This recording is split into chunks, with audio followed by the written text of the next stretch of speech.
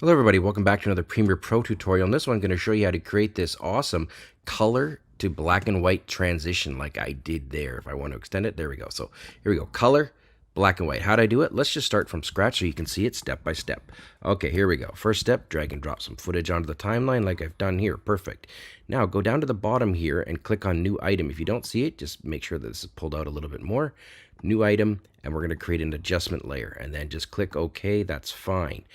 Now, drag and drop the adjustment layer, but here's the important part. Start the adjustment layer at the part where you want the transition to begin. So for me, let's say I want the transition to begin at the 3-second mark. I'm going to start the adjustment layer so it's lined up to 3 seconds. Beautiful. Now go to your effects panel, and here you go. Type in lumetri color into the search bar. Drag and drop that onto the adjustment layer. When you do that, nothing happens right away. No worries, you just need to dig in. We're going to go to basic correction, open that up.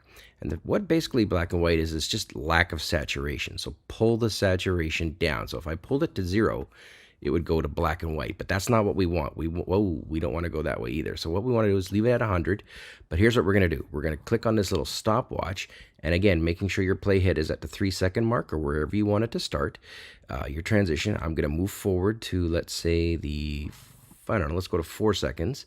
And this is where I want the black and white to finish. So by this point, now I'm going to take this 100 and drop it down to 0. And if I looked at it, watch what happens.